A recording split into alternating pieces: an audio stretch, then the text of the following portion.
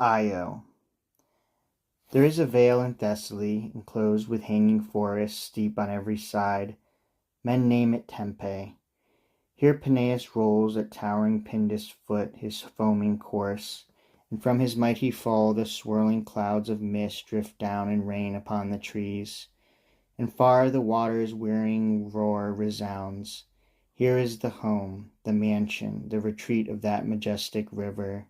Seated here within a rock-hewn cavern, he dispensed justice to all his waters and their nymphs.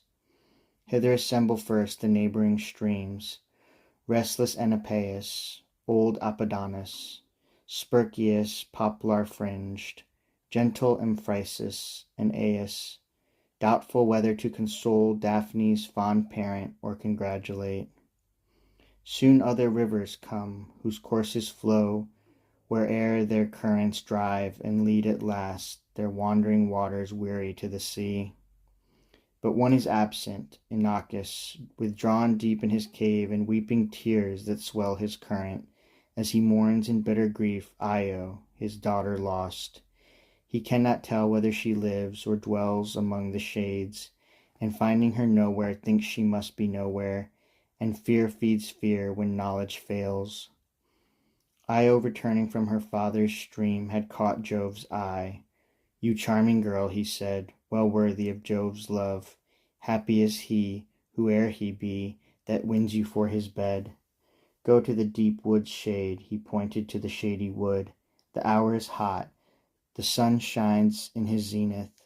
If you fear alone to risk the wild beast lairs, a god will guard you, and in the deepest forest keep you safe. No common god. The scepter of the sky is mine to hold in my almighty hand. I wield at will the roaming thunderbolts. No, do not run."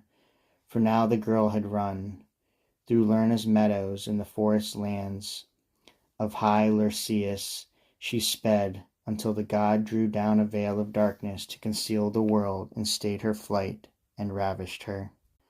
Juno meanwhile observed the land of Argos, and wondered that the floating clouds had wrought in the bright day the darkness of the night. These were no river mists, no clouds like these the humid earth exhaled. She looked around to find her husband. Well she knew his tricks, so often had caught him in his escapades, and searched the sky in vain. "If I'm not wrong," she thought, "I'm being wronged." And gliding down from heaven's height, she lighted on the earth, and bade the clouds disperse. Jove had foresensed his spouse's visit, and transformed poor Io into a sleek white heifer, lovely still although a cow. Juno, against her will, admired the creature, and asked whose she was, and whence she came, and to what herd belonged, pretending not to know the truth. He lied. The earth had brought her forth, so to deflect questions about her birth. Then Juno begged the heifer as a gift. What should he do? Too cruel to give his darling. Not to give? Suspicious. Shame persuades, but love dissuades. Love would have won. But then, if he refused his wife, his sister too, so slight a gift, a cow, it well might seem no cow at all. The goddess won her rival, but distrust lingered, and still she feared her husband's tricks, till, for safe keeping, she had given the cow to Argus, Argus of the 100 eyes, all watching and on duty round his head, save two which took in turn their sleep and rest. Whichever way he stood he looked at Io, Io before his eyes, behind his back. By day he let her graze, but when the sun sank down beneath the earth, he stabled her and tied, for shame, a halter round her neck. She browsed on leaves of trees and bitter weeds, and for her bed, poor thing, lay on the ground, not always grassy, and drank the muddy streams.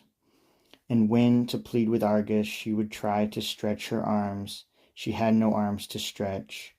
Would she complain, a moo came from her throat, and startling sound, her own voice frightened her. She reached her father's river, and the banks where often she had played, and in the water, mirrored, she saw her muzzle and her horns, and fled in terror from the self she saw. The naiads did not know, not even her father knew who she was, but she, disconsolate, followed her sisters, followed her father, let them stroke her, offered herself to be admired. Old Inachus picked grass and held it out. She licked her father's hand, cow-kissed his palms. Her tears rolled down. If only words would come, she'd speak her name, tell all, implore their aid. For words her hoof traced letters in the dust. I-O, sad tidings of her body's change. Alas, alack, her father cried, and clasped the moaning heifer's horns and snow-white neck. Alas, alack, he groaned, are you the child I sought through all the world? Oh, lighter grief, you were unfound than found. You give no answer. Silent, but from your heart so deep a sigh, a moo, all you can say is your reply. I, knowing not, made ready for your marriage, hoped for a son-in-law and grandchildren. But now the herd must find your husband, find your child. For me death cannot end my woes, sad bane to be a god. The gates of death are shut, my grief endures forevermore. And thus they grieved. Argus, star-eyed, drove off daughter from father, hurrying her away to distant pastures. Then himself, afar, high in a mountain top, sat sentinel to keep his scrutiny on every side.